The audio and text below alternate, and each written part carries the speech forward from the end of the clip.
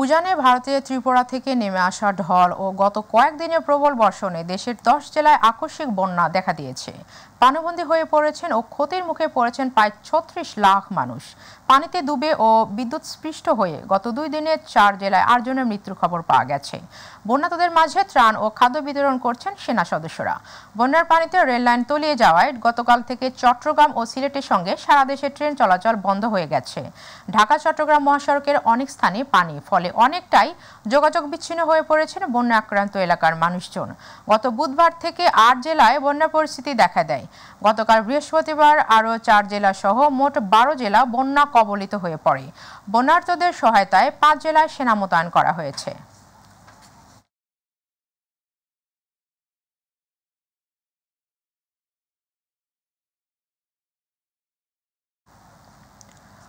অতিবৃষ্টি ও ভারত থেকে নেমে আসা পানিতে ভেঙে গেছে কুমিল্লা গোমতী নদীর প্রতিরক্ষা বাঁধ। বৃহস্পতিবার রাত 11:15টার দিকে জেলার বুড়িচং উপজেলার শোলনল ইউনিয়নের বুরবুরিয়া নামক স্থান দিয়ে বাঁধটি ভেঙে লোকালয়ে পানি ঢুকতে থাকে। বাঁধের অন্তত 300 ফুট ভেঙে গেছে। এদিকে বুড়িচং উপজেলার নির্বাহী কর্মকর্তা শাহিদা আক্তার জানান, বাঁধ ভেঙে যাওয়ার ফলে শোলনল, পীরযাত্রাপুর সদর ইউনিয়ন সহ আশপাশের বেশ কয়েকটি ইউনিয়ন প্লাবিত হয়েছে। ফলে কয়েক লাখ মানুষ এখন পানিবন্দী। তিনি আরো বলেন, বাঁধ ভেঙে যাওয়ার শঙ্কায় সন্ধ্যা থেকে লোকজনকে নিরাপদ স্থানে আশ্রয় নিতে এলাকায় মার্কিং করা হয়। পানি উন্নয়ন বোর্ডের কর্মকর্তারা বলেন, 1997 সালে গোমতীর পানি বিপদসীমার 96 সেন্টিমিটার উপর দিয়ে প্রবাহিত হয়েছিল। 120 সেন্টিমিটার বিপদসীমার অতিক্রম করে বিগত 27 বছরের রেকর্ড ভঙ্গ করেছে গোমতী।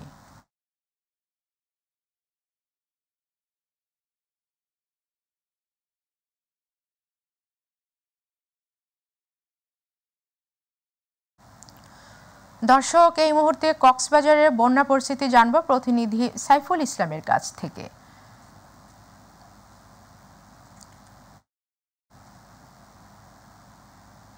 ধন্যবাদ আপনাকে। আপনি জানেন সারা দেশব্যাপী যে বন্যায় প্লাবিত হয়েছে, এরই মধ্যে কক্সবাজারেও 9টি উপজেলায় বন্যায় প্লাবিত হয়েছে। তো আমি রয়েছে এখন কক্সবাজারের যে টেকনাফ মহাসড়ক গ্রাম উপজেলা দক্ষিণ কাছড়ি ইউনিয়নে। আপনি দেখতে পাচ্ছেন এখানে রাস্তায় খুব বেশি বন্যা প্লাবিত দেখা যাচ্ছে, এবং যে আশপাশের যে ইউনিয়নগুলি দক্ষিণ কাছড়ি, রাজারকুল এবং কচ্ছপিয়া, গর্জনিয়া, চাকমারকুল, এছাড়াও যে পার্শ্ববর্তী যে কক্সবাজার সদরের ঈদগাহ এবং উপিয়া, টেকনাফ সহ মহেশখালী, কুতুবদিয়া, পেকুয়া, চকরিয়ার বিভিন্ন উপকূলীয় অঞ্চল কিন্তু প্লাবিত হয়েছে। তো কক্সবাজারের যে উপকূলবর্তী যে এলাকাগুলি ছিল সেখানকার যে ঘরবাড়িগুলি ইতিমধ্যেই পানিতে তারা ডুবে গিয়েছে। তো কক্সবাজারের যে মানুষগুলো খুব বেশি যে ভোগান্তিতে রয়েছে। কক্সবাজার থেকে যে চট্টগ্রামগামী এবং কক্সবাজার থেকে টেকনাফগামী যান চলাচল কিন্তু ব্যাহত হচ্ছে। তো সেখানকার যে চিংড়ি, গ্যার এবং বসত বাড়ি, যে ফসলি জমি সবকিছু কিন্তু তলিয়ে গিয়েছে। তো কক্সবাজারে যে শুকনো খাবার এবং পানি সহ অনেক কিছু অভাবে মানুষ কিন্তু কাতরাচ্ছে। তো কক্সবাজারের যে বিএনপি নেতা লুৎফর রহমান কাজলের পক্ষ থেকে গতকাল কিছু শুকনো খাবার বিতরণ করতে আমরা দেখেছি।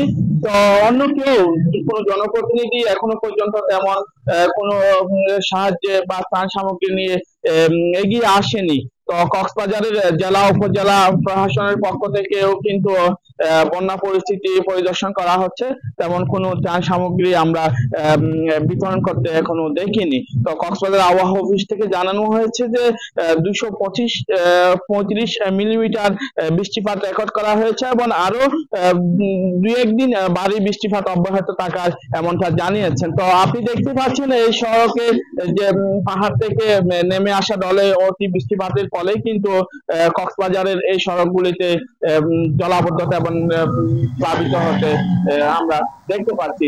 এই ছিল আমার কাছে সর্বশেষ, পরবর্তী আপডেট আপনাকে জানিয়ে দেওয়া হবে। ধন্যবাদ। দর্শক, এই মুহূর্তে মৌলভীবাজার জুড়ির বন্যা পরিস্থিতি জানবো প্রতিনিধি মনিরুল ইসলামের কাছ থেকে।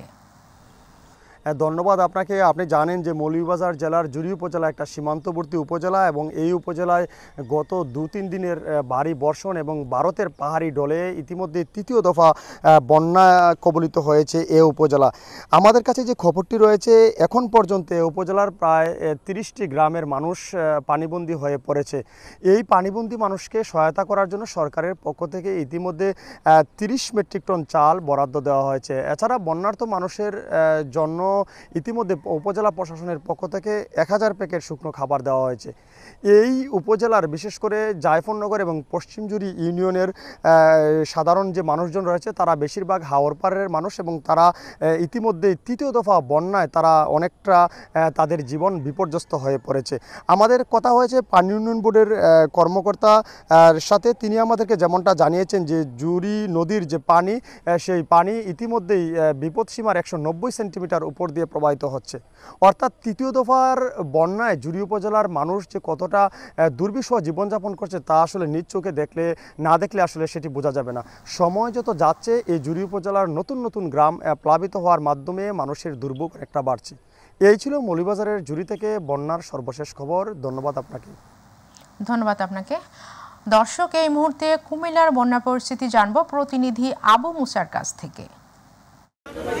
ধন্যবাদ আপনাকে। আমরা আছি এই মুহূর্তে কুমিল্লার বুড়িচং উপজেলার 16 নং ইউনিয়নে। আপনারা হয়তো দেখতে পাচ্ছেন আমার ঠিক পিছনে এখানে মূলত গতকাল রাত যেই 12:15 থেকে 12টার দিকে ভাঙনের সৃষ্টি হয়। এই জায়গাটিতে ছোট একটি ভাঙনের মাধ্যমে শুরু হয়, কিন্তু পর্যায়ক্রমে ভাঙনটি আপনারা দেখেই হয়তো বুঝতে পারছেন। এখানে 4 শতাধিক ফিট প্রায় 450-500 ফিটের মতো কিন্তু ইতিমধ্যে ভেঙে গিয়েছে এবং প্রবল স্রোতে কিন্তু গুমতি থেকে পানি লোকালয়ে প্রবেশ করছে। আপনাদেরকে একটু জানিয়ে রাখি, এই গুমতির পানি কিন্তু ইতিমধ্যে কুমিল্লার বুড়িচং উপজেলার 5টি ইউনিয়ন ছাড়াও কিন্তু পার্শ্ববর্তী ব্রাহ্মণপাড়া উপজেলা প্লাবিত হয়ে গেছে ইতিমধ্যে। গতকাল রাত থেকে যেহেতু পানি এখান থেকে বের হচ্ছে সে কারণে এখানকার 2টি উপজেলার কয়েক লাখ মানুষ কিন্তু পানিবন্দী অবস্থায় রয়েছেন। এখানে কিন্তু মানুষ খুব কষ্টে রয়েছেন। এখানে উদ্ধার কার্য কিন্তু সেইভাবে এখনও পরিচালিত হয়নি। বিচ্ছিন্নভাবে স্বেচ্ছাসেবী সংগঠন কিংবা প্রশাসনের পক্ষ থেকে কিছু জায়গায় উদ্ধারের চেষ্টা করা হচ্ছে। আমরা যতদূর জেনেছি এখানকার অসংখ্য মানুষ পানিবন্দী অবস্থায় বাড়িঘরে অবস্থান করছেন, কেউ পার্শ্ববর্তী বাড়ির ছাদে অবস্থান করছেন কিংবা টিনের চালে অবস্থান করছেন। সেমি পাকা যে ঘরগুলো রয়েছে অনেকগুলো প্লাবিত হয়ে গেছে কিংবা টিনের চাল উপড়ে গিয়েছে পানিতে। তো সব মিলিয়ে আমরা যতদূর জেনেছি এখন পর্যন্ত কুমিল্লার এই গুমতি নদী ভাঙনের ফলে কিন্তু লাখ লাখ মানুষ পানিবন্দী অবস্থায় রয়েছে এবং ক্রমেই কিন্তু এই পানিটি পর্যায়ক্রমে লোকালের দিকে প্রবেশ করছে। এই প্রবেশের ফলে কিন্তু কুমিল্লার যে 2টি বুড়িচং উপজেলা, ব্রাহ্মণপাড়া উপজেলা ছাড়াও কিন্তু আমরা যতদূর জেনেছি এখানে কিন্তু পার্শ্ববর্তী যে মুরাদনগর দেবিদ্বার উপজেলাও কিন্তু প্লাবিত হওয়ার একটি শঙ্কা রয়েছেন।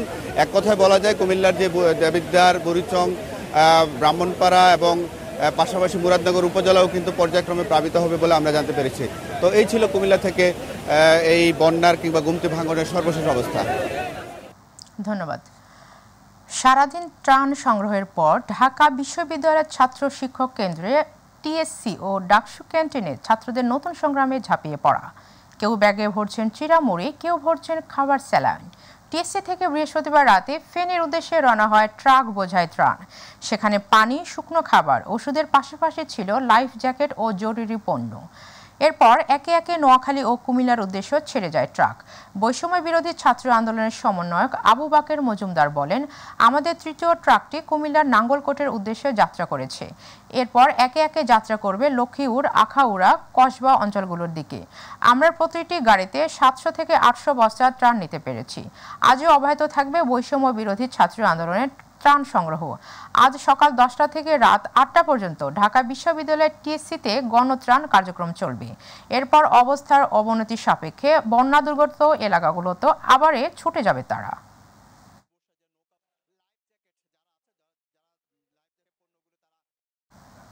এবারে জানবো বাজার পরিস্থিতি সম্পর্কে। টানা বৃষ্টিপাতের পর তেমন কোনো পরিবর্তন নেই রাজধানীর কাঁচা বাজারগুলোতে। রাজধানীর কাঁচা বাজারেও একই অবস্থা রয়েছে সব ধরনের নিত্য পণ্যের। বাজার পরিস্থিতি জানতে সরাসরি যাচ্ছি আমাদের সহকর্মী আমিনা হীরার কাছে, যুক্ত হচ্ছি তার সাথে। হীরা, বাজারের নিত্য ব্যবহার্য পণ্যের দাম কেমন দেখছেন আমাদের জানান।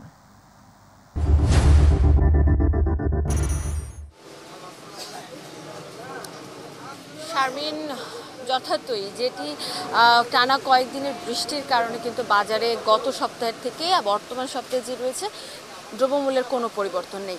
এবং আমি বিভিন্ন দোকানগুলোতে গিয়েছি এবং আমি কাঁচা বাজারে গিয়েছি, এছাড়াও যেসব শুকনা দ্রব্যাদি আছে নিত্য প্রয়োজনীয় সেখানেও আমি গিয়েছি, কোনো কিছুতে আসলে কোনো পরিবর্তন নেই। কিন্তু এর বাইরেও কিছু কিছু পণ্যের কিন্তু দাম বেড়েছে, যেমন পেঁয়াজের কেজি হয়েছে 120 টাকা কেজি, এবং এছাড়াও আরও বেশ কয়েকটি পণ্যের উপরে কিন্তু দাম বেড়েছে।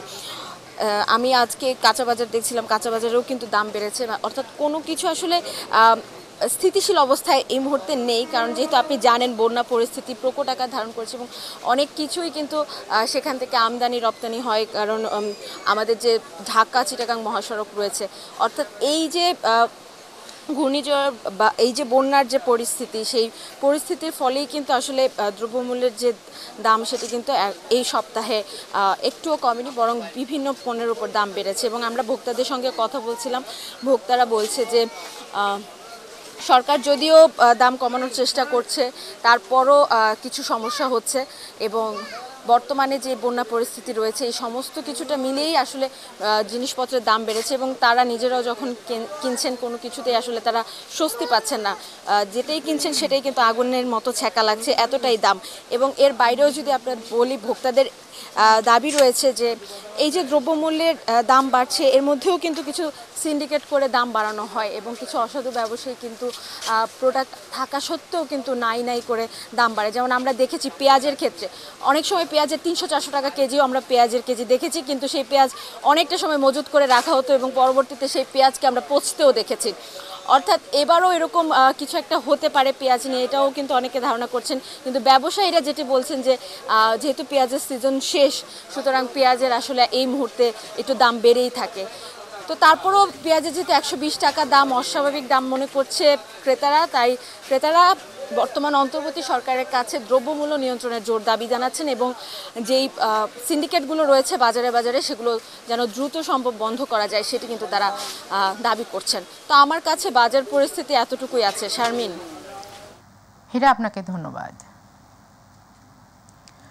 বৈষম্য বিরোধী ছাত্র আন্দোলনে অংশ নিতে বাড়ি থেকে বিদায় নিয়ে আর ঘরে ফেরেননি অনেকেই। নাম উঠেছে নিখোঁজের তালিকায়, বেঁচে আছেন নাকি মারা গেছেন জানা নেই পরিবারের স্বজনদের। রাজধানীর হাসপাতালগুলোতে এখনো তাই নিখোঁজ স্বজনদের খুঁজে ফিরছে এসব পরিবার। প্রিয়জনের খোঁজে ঢাকা মেডিকেল কলেজ হাসপাতালের মর্গে লাশ শনাক্তের চেষ্টা করছেন অনেকেই। বিস্তারিত আমিনা হীরার বিশেষ রিপোর্টে। বৈষম্য বিরোধী আন্দোলন ঘিরে দেশ জুড়েই যেন নেমেছিল বিভীষিকা। ক্ষমতা আঁকড়ে থাকার প্রাণপণ চেষ্টায় নজিরবিহীন গণহত্যার মুখোমুখি হতে হয়েছে ছাত্র জনতাকে। কত মানুষ এই আন্দোলনে প্রাণ দিয়েছেন এখনও নেই তার সঠিক তথ্য। নিখোঁজ আছেন বহু মানুষ। পরিবার জানে না কি ঘটেছে স্বজনের ভাগ্যে, বেঁচে আছেন নাকি মারা গেছেন।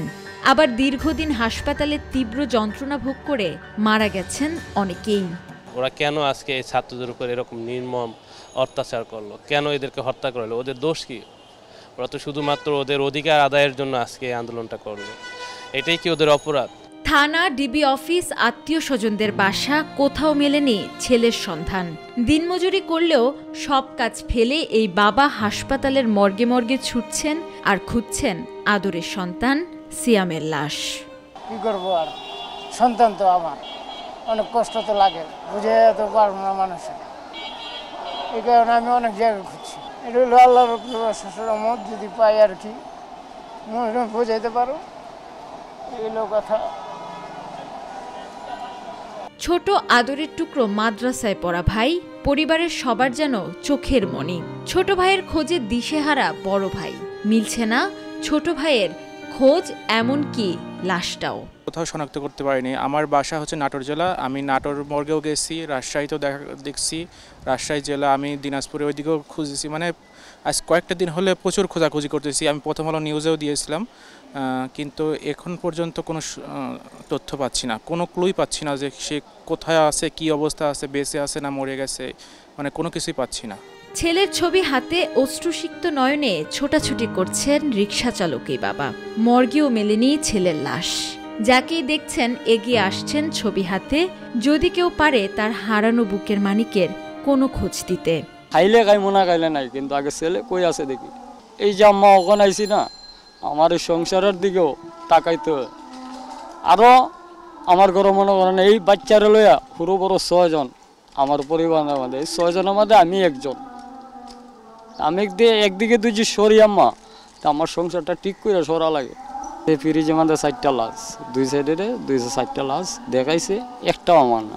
ছবি দেখাইছে, ছবিও আমার না, মানে ওই ছবিকে বনত পড়েন আর কি। আমার সন্তান কোথায় আছে, আমি এই দাবিটাই আপনার কাছে আবেদন করতে চাই।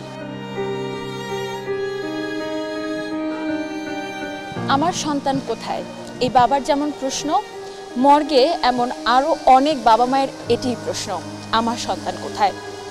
সন্তান হারানোর বেদনা অপূরণীয়, তারপরও স্বজনদের একটাই চাওয়া, সন্তানের যদি মৃত দেহটি পাওয়া যায় তাতেও অন্তত এতটুকু শান্তি পাওয়া যায়।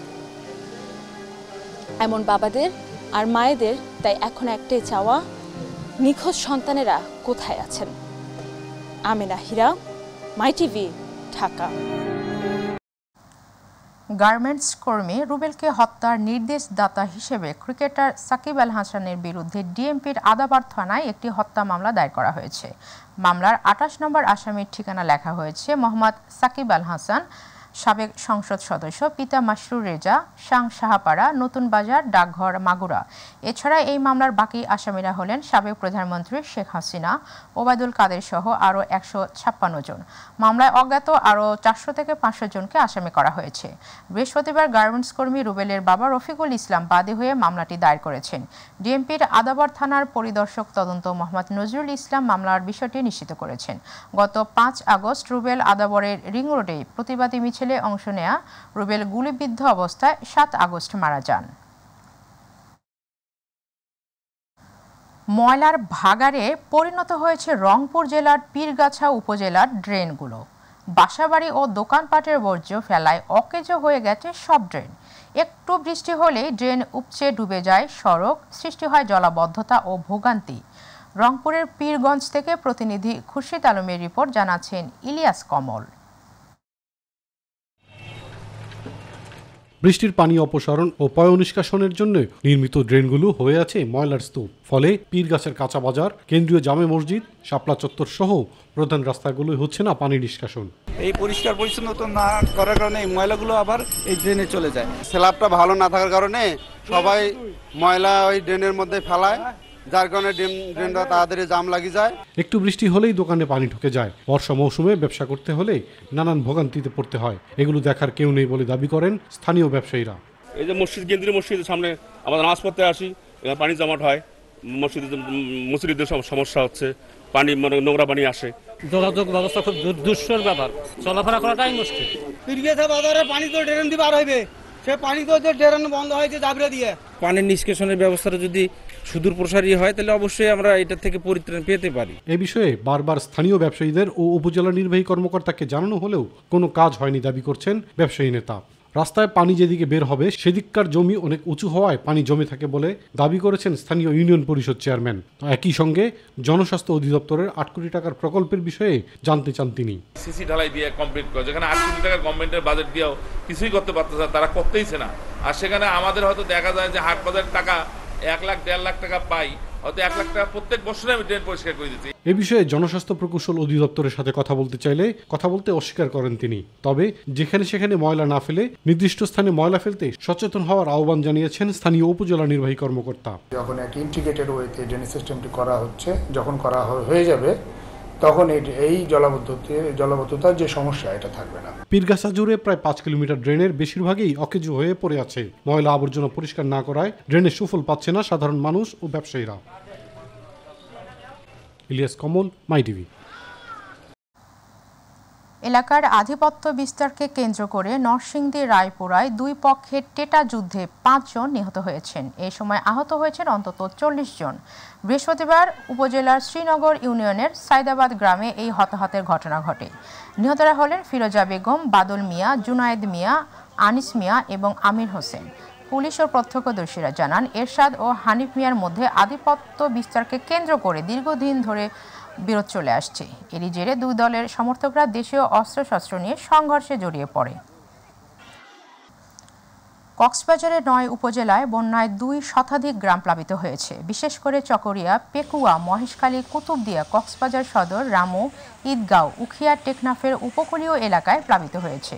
রামুতে বন্যার পানিতে ডুবে ২ জনের মৃত্যুর খবর পাওয়া গেছে। এছাড়া উজান থেকে নেমে আসা পাহাড়ি ঢলে স্রোতে এক যুবক ভেসে যায়। বৃহস্পতিবার বন্যার পানিতে ডুবে তাদের মৃত্যু হয়। কক্সবাজারের প্রধান নদী বাকখালী নদী, কহলিয়া নদী ও মাতামুহুরী নদীর পানি বিপদসীমার ওপর দিয়ে প্রবাহিত হচ্ছে। বন্যায় অন্তত কয়েক লাখ মানুষ পানিবন্দী হয়ে পড়েছে। বন্যা দুর্গত এলাকায় পানিতে ২ শতাধিক ঘরবাড়ি তলিয়ে গেছে। এতে বয়স্ক, শিশু ও নারীরা বিপাকে পড়েছেন। তবে শুকনো খাবার ও নিরাপদ পানি নিয়ে তাদের দুশ্চিন্তা রয়েছে। গত কয়েকদিনে ভারী বৃষ্টি ও ভারত থেকে নেমে আসা ঢলে তৃতীয় দফায় বন্যার কবলে পড়েছে মৌলভীবাজারের সীমান্তবর্তী জুড়ি উপজেলা। এ পর্যন্ত উপজেলা প্রায় ৩২,০০০ মানুষ পানিবন্দী হয়ে জনজীবন দুর্বিষহ হয়ে পড়েছে। এছাড়া ৪০ হেক্টর কৃষি জমি পানিতে তলিয়ে যাওয়ায় উৎকণ্ঠায় দিন পার করছেন কৃষকরা। বন্যায় উপজেলার জুড়ি, বিটুলি ও জুড়ি লাটিটিলা আঞ্চলিক মহাসড়ক তলিয়ে গিয়ে ৪টি ইউনিয়নের সাথে যোগাযোগ প্রায় বিচ্ছিন্ন হয়ে পড়েছে। উপজেলা নির্বাহী কর্মকর্তা বাবলু সূত্রধর জানান, উপজেলার ৬টি ইউনিয়নের ৪০টি গ্রাম প্লাবিত হয়েছে। এখন পর্যন্ত ২৮টি আশ্রয় কেন্দ্র খোলা হয়েছে।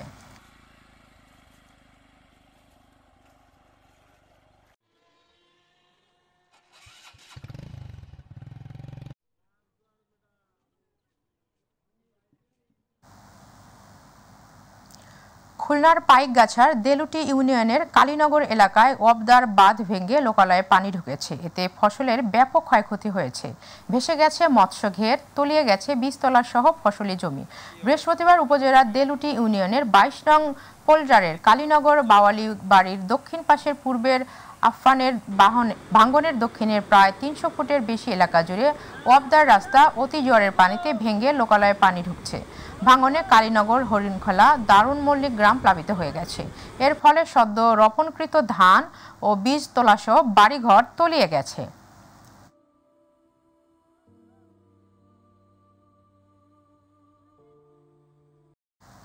ভারতের উজান থেকে নেমে আসা পাহাড়ি ঢল আর টানা বৃষ্টিতে সৃষ্ট আকস্মিক বন্যায় চাঁদপুরের মতলব, উত্তরের মেঘনা, ধনাগোদা সেচ প্রকল্পের মূল বেড়িবাঁধ হুমকির মুখে পড়েছে। বেড়িবাঁধের ৭-৮টি স্থানে বেড়িবাঁধের স্লোপ দেবে গেছে। কমপক্ষে ৪০টি স্থানে রেইনকোট সৃষ্টি হয়েছে। ইতিমধ্যে বেড়িবাঁধের টর্কি, লঞ্চঘাট, চরমাছুয়া, জনতা বাজার, মোহনপুর, দোসানি ও সোটাকি সহ বিভিন্ন এলাকায় পরিদর্শন করেছেন মেঘনা ধনাগোদা সেচ প্রকল্পের নির্বাহী প্রকৌশলী জয়ন্ত পাল সহ অন্যান্য কর্মকর্তারা।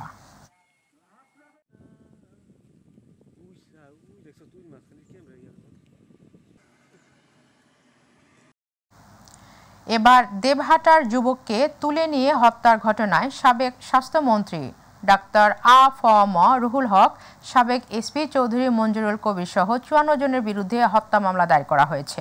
বৃহস্পতিবার সাতক্ষীরা সিনিয়র জুডিশিয়াল ম্যাজিস্ট্রেট আমলে ৭ নং আদালতে নিহতের ভাই রবিউল ইসলাম বাদী হয়ে এই মামলা দায়ের করেন। বিচারক মামলাটি আমলে নিয়ে সংশ্লিষ্ট থানাকে এফআইআর হিসেবে গণ্য করার জন্য সাতক্ষীরা সদর থানার ওসিকে নির্দেশ দিয়েছেন।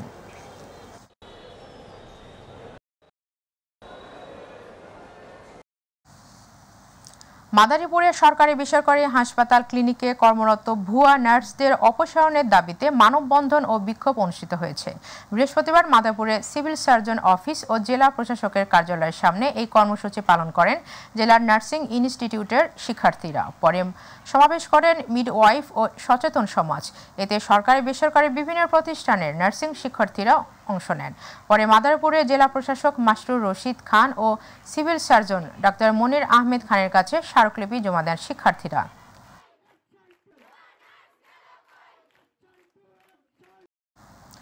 বাগেরহাটের মোরেলগঞ্জের বল ইবুনিয়া মাধ্যমিক বিদ্যালয়ের প্রধান শিক্ষক আমির হোসেন দুলালের পদত্যাগের দাবিতে বিদ্যালয়ের শিক্ষার্থীরা বিক্ষোভ করে ও তার অফিস কক্ষে তালা ঝুলিয়ে দিয়েছে।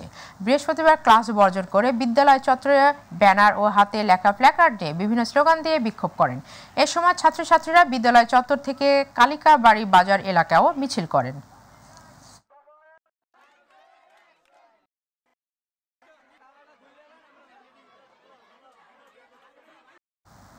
জাল সনদে চাকরি নেয়ার পাশাপাশি নানা অনিয়মের প্রতিবাদে দিনাজপুরের পার্বত্যপুরে পাবলিক উচ্চ বিদ্যালয়ের প্রধান শিক্ষক মানিক কুমার রায়ের বিরুদ্ধে বিক্ষোভ করেছে শিক্ষার্থীরা। গতকাল প্রধান শিক্ষকের অফিসের সামনে ঘণ্টাব্যাপী অবস্থান করে তারা পদত্যাগ দাবি করেন শিক্ষার্থীরা। পরে একটি বিক্ষোভ মিছিল নিয়ে উপজেলা নির্বাহী কর্মকর্তার কাছে স্মারকলিপি প্রদান করেন তারা।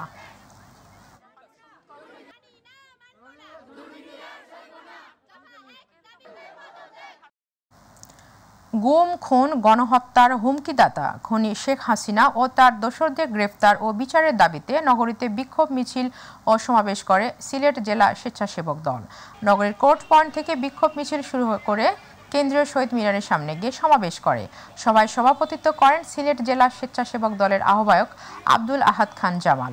এ সময় সিলেট জেলা স্বেচ্ছাসেবক দলের সদস্য সচিব শাকিল মুর্শিদের পরিচালনায় মিছিল ও সমাবেশে উপস্থিত ছিলেন সিলেট জেলা স্বেচ্ছাসেবক দলের বিভিন্ন নেতৃবৃন্দ।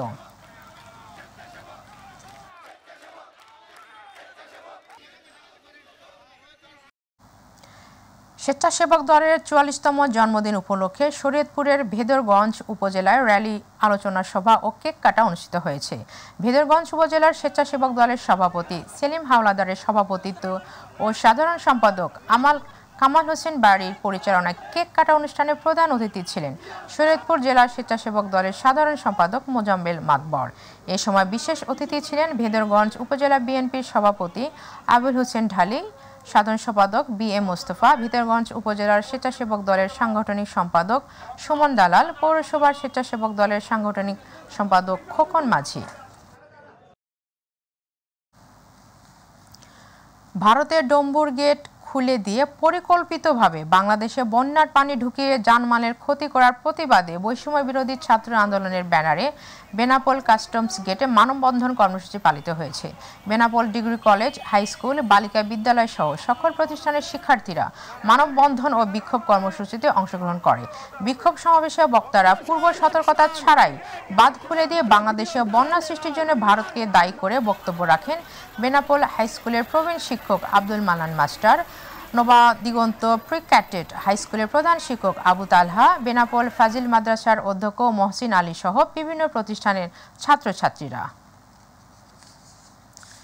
ভারতের সাথে বাংলাদেশের আন্তর্জাতিক পানির ন্যায্য হিসাবের দাবিতে এবং উদ্দেশ্য প্রণোদিতভাবে ডম্বুর ও গজলডোবা বাঁধ খুলে আকস্মিক বন্যার প্রতিবাদে খুলনায় বিক্ষোভ কর্মসূচি করেন সাধারণ শিক্ষার্থীরা। বৃহস্পতিবার নগরীর শিববাড়ি মোড়ে বিক্ষোভ সমাবেশ করেন তারা। কয়েকশো শিক্ষার্থীর উপস্থিতিতে বিক্ষোভ মিছিলটি শহরের বিভিন্ন সড়ক অতিক্রম করে হাদিস পার্কে এসে শেষ হয়।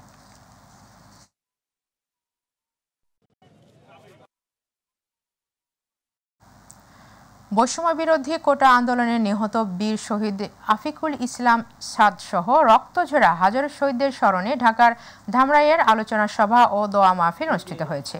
ধামরাই উপজেলা পরিষদ মাঠে বৈষম্য বিরোধী ছাত্র ও সর্বস্তরের জনগণের আয়োজনে আলোচনা সভা ও দোয়া মাহফিল অনুষ্ঠিত হয়। ধামরাই উপজেলা নির্বাহী কর্মকর্তা আব্দুল্লাহ আল মামুনের সভাপতিত্বে প্রধান অতিথির বক্তব্য রাখেন ধামরাই উপজেলা বিএনপির সভাপতি তমিজ উদ্দিন, বীর শহীদ আফিকুল ইসলাম সাদের বাবা আব্দুর রফিক সহ আরো অনেকে। এতক্ষণ সঙ্গে থাকার জন্য ধন্যবাদ। পরবর্তী সংবাদ দেখার আমন্ত্রণ জানিয়ে বিদায় নিচ্ছি। আল্লাহ হাফেজ।